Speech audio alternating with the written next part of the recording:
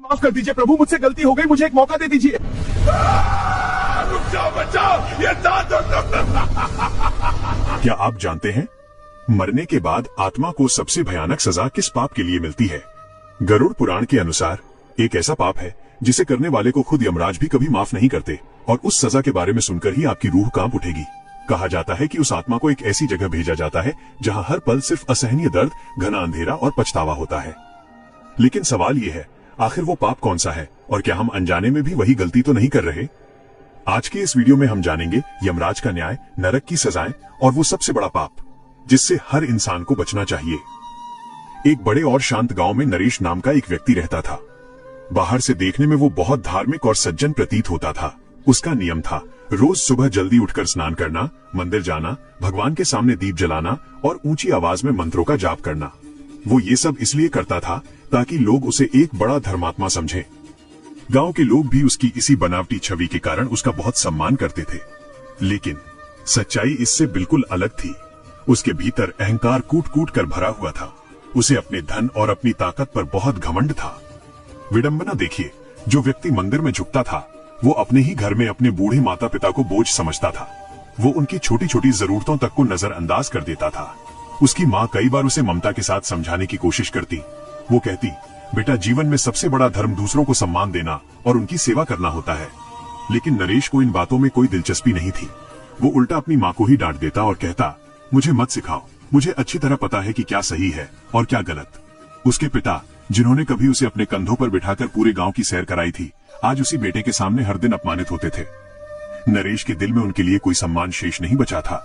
इतना ही नहीं, जब गांव के गरीब लोग उससे मदद मांगने आते तो वो उन्हें दुत्कार कर भगा देता। वो उनसे कहता, मेहनत करो, मुफ्त में यहाँ कुछ नहीं मिलता। धीरे धीरे नरेश का दिल इतना कठोर हो गया कि उसे किसी के भी दर्द से अब कोई फर्क नहीं पड़ता था। एक दिन उसी गांव में एक तेजस्वी वृद्ध साधु का आगमन हुआ। उनकी आंखों में गहरी शांति और चेहरे पर एक अद्भुत तेज था। उन्होंने गांव के सभी लोगों को इकट्ठा किया और उन्हें कर्म और धर्म का असली महत्व समझाया। उन्होंने कहा, तारांकन, इस संसार में हर कर्म का फल निश्चित है। कोई भी व्यक्ति अपने कर्मों के लेखे जोखे से बच नहीं सकता। जो जैसा बोता है उसे वैसा ही फल काटना पड़ता है।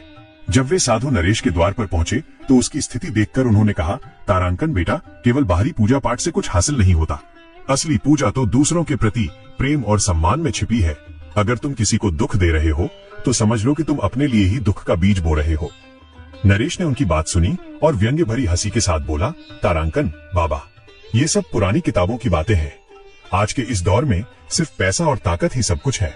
साधु ने अत्यंत गंभीर स्वर में चेतावनी दी, जब समय आएगा तब तुम्हें अपने हर एक कर्म का हिसाब देना होगा, और याद रखना, उस दिन कोई भी शक्ति तुम्हें बचा नहीं पाएगी।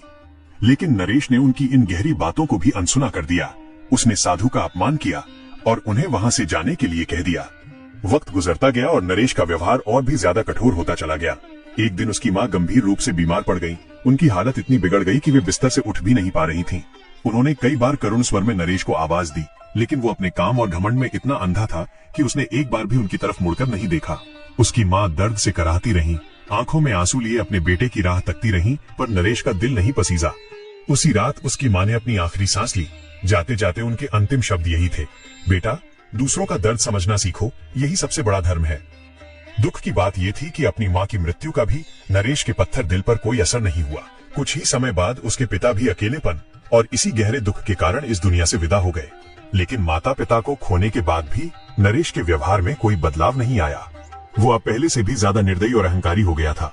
उसके जीवन का एकमात्र उद्देश्य सिर्फ अपना फायदा रह गया था और दूसरों के दुखों को नजरअंदाज करना अब उसकी आदत बन चुकी थी। एक रात जब चारों ओर गहरा सन्नाटा पसरा था, अचानक नरेश की तबीयत बिगड़ने लगी। उसकी सांसें तेज होने लगी और देखते ही देखते उसका पूरा शरीर ठंडा पड़ गया। जैसे ही उसकी आत्मा शरीर से अलग हुई, उसने देखा कि वो खुद अपने ही मृत शरीर के पास खड़ा है और उसके परिवार वाले रो रहे हैं। वो जोर जोर से चिल्लाकर कहना चाहता था कि मैं यहाँ हूँ, मैं जीवित हूँ, लेकिन उसकी आवाज सुनने वाला वहाँ कोई नहीं था। तभी अचानक पूरे वातावरण में एक अजीब सी ठंडक फैल गई। अंधेरे को चीरते हुए दो भयानक यमदूत वहाँ प्रकट हुए। उनकी आंखें दहकते हुए अंगारों की तरह लाल थीं और उनके चेहरों पर दया का कोई नामो निशान नहीं था। उन्होंने बिना कुछ कहे नरेश को मजबूती से पकड़ लिया और उसे घसीटते हुए एक बेहद अंधेरे और डरावने रास्ते पर ले जाने लगे। नरेश डर के मारे थर थर कांप रहा था। वो बार बार उनसे रहम की भीख मांग रहा था, लेकिन उन यमदूतों पर उसकी चीख पुकार का कोई असर नहीं हुआ। उस भयावह रास्ते पर चलते हुए उसने कई अन्य आत्माओं को देखा जो अपने पापों की सजा भुगतते हुए दर्द से कराह रही थी। किसी को नुकीले कांटों पर घसीटा जा रहा था तो किसी को धधकती आग में जलाया जा रहा था। ये खौफनाक मंजर देखकर नरेश का कलेजा कांप उठा। एक लंबी और कष्टदायी यात्रा के बाद नरेश यमलोक पहुंचा।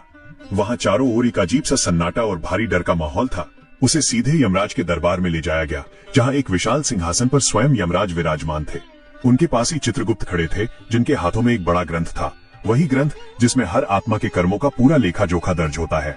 यमराज ने अपनी गंभीर और गूंजती हुई आवाज में कहा, तारांकन नरेश, तुम्हारा समय समाप्त हो चुका है। अब तुम्हें अपने कर्मों का फल भुगतना ही होगा। तभी चित्रगुप्त ने उसके पापों की सूची पढ़नी शुरू की। उन्होंने बताया कि कैसे उसने अपने जन्म देने वाले माता पिता का अपमान किया, कैसे गरीबों की मजबूरी का मजाक उड़ाया और कैसे जानबूझकर लोगों को दुख पहुंचाया। ये सब सुनकर नरेश के होश उड़ गए। वो कांपते हुए यमराज के चरणों में गिर पड़ा और गिड़गिड़ाते हुए बोला, मुझे एक मौका और दे दीजिए, मैं सब ठीक कर दूंगा। लेकिन यमराज के चेहरे पर कोई भाव नहीं बदला। उन्होंने कठोरता से कहा, तारांकन, समय निकल चुका है नरेश, अब कोई माफी नहीं, केवल न्याय होगा। और याद रखना, न्याय हमेशा निष्पक्ष होता है। यमराज के आदेश पर यमदूत नरेश को रौरव नरक की ओर ले गए। वहां का दृश्य इतना खौफनाक था कि उसे देखकर ही उसकी आत्मा कांप उठी। चारों ओर आग की भीषण लपटें उठ रही थी, जमीन तपते हुए लोहे जैसी जल रही थी और डरावने जीव यहाँ वहां घूम रहे थे। जैसे ही नरेश वहां पहुंचा, उन भयानक जीवों ने उस पर हमला कर दिया। उसे अब ठीक वही दर्द महसूस हो रहा था जो उसने अपने जीवन में दूसरों को दिया था। उसका शरीर आग में बार बार जलता, नष्ट होता और फिर से बन जाता, और ये कष्टदायी सिलसिला बिना रुके लगातार चलता रहा। वहां हर पल सिर्फ असहनीय वेदना थी, पछतावा था और चारों ओर चीखों की गूंज थी। नरेश बार बार रहम की भीख मांगता, गिड़गिड़ाता, लेकिन वहां उसकी पुकार सुनने वाला कोई नहीं था। इस भयानक सजा को भुगतते हुए नरेश को अब अपनी हर एक गलती याद आने लगी। उसे अपनी माँ के वो आंसू याद आए, अपने पिता की वो बेबसी याद आई और उन गरीब लोगों के मुरझाए हुए चेहरे याद आए जिन्हें उसने बड़ी बेरहमी से ठुकराया था। आज उसे समझ में आया कि असली धर्म क्या होता है और एक इंसान को कैसे जीना चाहिए। लेकिन अफसोस, अब पछताने से कुछ नहीं होने वाला था।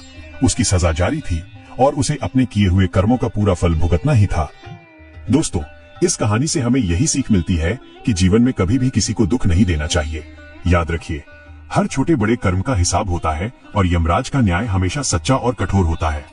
अगर हम चाहते हैं कि हमारा अंत शांतिपूर्ण हो, तो हमें आज से ही अपने जीवन में अच्छे कर्म करने होंगे। दूसरों के साथ प्रेम और सम्मान से पेश आना ही सबसे बड़ा धर्म है और यही वो रास्ता है जो हमें मृत्यु के बाद उस भयानक सजा से बचा सकता है। क्या आप कल्पना कर सकते हैं कि मरने के बाद आपकी आत्मा को अंधेरे रास्तों से घसीटते हुए यमदूत ले जाएं और फिर आपको सीधा यमराज के सामने खड़ा कर दिया जाए, जहां आपके हर छोटे बड़े कर्म का हिसाब उसी पल सुनाया जाए? कहा जाता है कि गरुड़ पुराण में एक ऐसी कथा का वर्णन मिलता है जिसमें एक व्यक्ति को उसके एक पाप के लिए इतनी भयानक सजा मिली कि उसकी आत्मा बार बार मृत्यु की भीख मांगती रही, लेकिन उसे मरने की इजाजत भी नहीं दी गई। और सबसे डरावनी बात जानते हैं क्या है? वो पाप इतना सामान्य था कि शायद हम में से कई लोग उसे अनजाने में रोज करते हैं। तो आखिर वो कौन सा पाप था और यमराज ने उसे कैसी सजा दी? गरुड़ पुराण के अनुसार जब किसी व्यक्ति की मृत्यु होती है तो उसकी आत्मा तुरंत शरीर का त्याग कर देती है, लेकिन मृत्यु के बाद की ये यात्रा इतनी आसान नहीं होती। आत्मा को लेने स्वयं यमदूत आते हैं और उसे यमलोक की ओर ले जाया जाता है। कहा जाता है कि इस सफर के दौरान आत्मा को अपने हर एक कर्म का एहसास होने लगता है। जो अच्छा किया होता है वो सुकून देता है और जो गलत किया होता है वही सबसे बड़ी पीड़ा बन जाता है। यमलोक पहुंचने के बाद आत्मा को यमराज के सामने पेश किया जाता है, जहां चित्रगुप्त उसके हर कर्म का कच्चा चिट्ठा खोलते हैं। यमराज को धर्मराज भी कहा जाता है क्योंकि उनका न्याय बिल्कुल निष्पक्ष होता है। वहां न कोई रिश्वत चलती है, न कोई सिफारिश और न ही कोई बहाना। हर आत्मा को उसके कर्मों के अनुसार ही फल मिलता है। अगर किसी ने पुण्य किए हैं तो उसे स्वर्ग की प्राप्ति होती है, लेकिन पाप करने वालों को नरक की भीषण यातनाएं झेलनी पड़ती हैं। गरुड़ पुराण में कई प्रकार के नरकों का वर्णन है, जहां अलग अलग पापों के लिए अलग अलग सजाएं तय हैं। कहीं उबलते तेल की कड़ाही है, कहीं कांटों से भरे जंगलों में घसीटा जाना, तो कहीं धधकती आग में जलना। लेकिन इन सब में एक सजा सबसे भयानक मानी गई है, और वो सजा उस आत्मा के लिए है जिसने दूसरों को जानबूझकर कष्ट दिया हो, किसी का भरोसा तोड़ा हो या अपने स्वार्थ के लिए किसी निर्दोष का दिल दुखाया हो। ऐसी आत्मा को केवल शारीरिक पीड़ा ही नहीं मिलती, बल्कि उसे वही दर्द बार बार महसूस कराया जाता है जो उसने दूसरों को दिया था।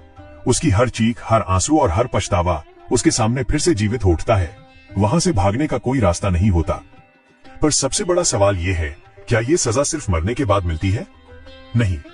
गरुड़ पुराण बताता है कि जो व्यक्ति दूसरों को दुख देता है वो अपने जीते जी भी उसी पीड़ा को महसूस करने लगता है। उसके रिश्ते टूटने लगते हैं, मन अशांत रहता है और सुख सुविधाएं होते हुए भी उसे जीवन में शांति नहीं मिलती। इसलिए मनुष्य के लिए सबसे बड़ा ज्ञान यही है कि धर्म केवल पूजा पाठ या दिखावे में नहीं है। असली धर्म है किसी के चेहरे पर मुस्कान लाना, किसी के दर्द को समझना और किसी को जानबूझकर कभी कष्ट न देना। याद रखिए, हर कर्म लौट कर आता है, हर आंसू का हिसाब होता है और हर दर्द का न्याय निश्चित है। अगर आप चाहते हैं कि आपका जीवन शांति से भरा हो और अंत में आपको डर नहीं बल्कि सुकून मिले, तो आज से ही अपने कर्मों को सुधारिए। किसी का दिल मत दुखाइए और जहां तक हो सके खुशियां बांटिए। गरुड़ पुराण के अनुसार सबसे बड़ा पाप है किसी निर्दोष को कष्ट देना और उसे धोखा देना। विशेष रूप से माता पिता का अपमान करना, किसी का विश्वास तोड़ना, लालच में गलत रास्ता चुनना और धर्म के खिलाफ जाकर दूसरों को प्रताड़ित करना। लेकिन सबसे भयानक पाप है किसी मासूम और निर्बल व्यक्ति को जानबूझकर दर्द देना। ऐसे पापियों को रौरव नरक में भेजा जाता है, जहां हर पल उन्हें वही दर्द मिलता है जो उन्होंने दूसरों को दिया था। वहां जहरीले जीव हमला करते हैं, शरीर बार बार नष्ट होता है और फिर से बन जाता है। ये चक्र अंतहीन चलता रहता है। वहां न कोई मदद होती है, न कोई दया, सिर्फ अनंत पीड़ा। कई बार हम सोचते हैं कि हमने तो जानबूझकर कुछ गलत नहीं किया, लेकिन गरुड़ पुराण कहता है कि अगर आपकी वजह से किसी को कष्ट पहुंचा है तो वो भी आपके पापों के खाते में गिना जाता है। अगर आप इस भयानक सजा से बचना चाहते हैं तो कुछ बातें हमेशा गांठ बांध लें। हमेशा सत्य का साथ दें, किसी का दिल न दुखाएं, माता पिता का सम्मान करें, जरूरतमंदों की मदद करें और अपने कर्मों को शुद्ध रखें। जीवन बहुत छोटा है, लेकिन हमारे कर्मों का असर बहुत गहरा होता है। आज हम जो बीज बो रहे हैं वही हमारे कल का फैसला करेगा। इसलिए हमेशा अच्छे कर्म करें ताकि मृत्यु के बाद भी आपकी आत्मा को शांति मिले। अब आप बताइए, क्या आपने कभी अनजाने में भी ऐसा कोई काम किया है जिससे किसी को दुख पहुंचा हो? अगर हाँ, तो आज ही उसे सुधारने की कोशिश करें। और अगर आप चाहते हैं कि मैं गरुड़ पुराण के और भी रहस्यों को आपके सामने लाऊं, तो इस वीडियो को लाइक करें और चैनल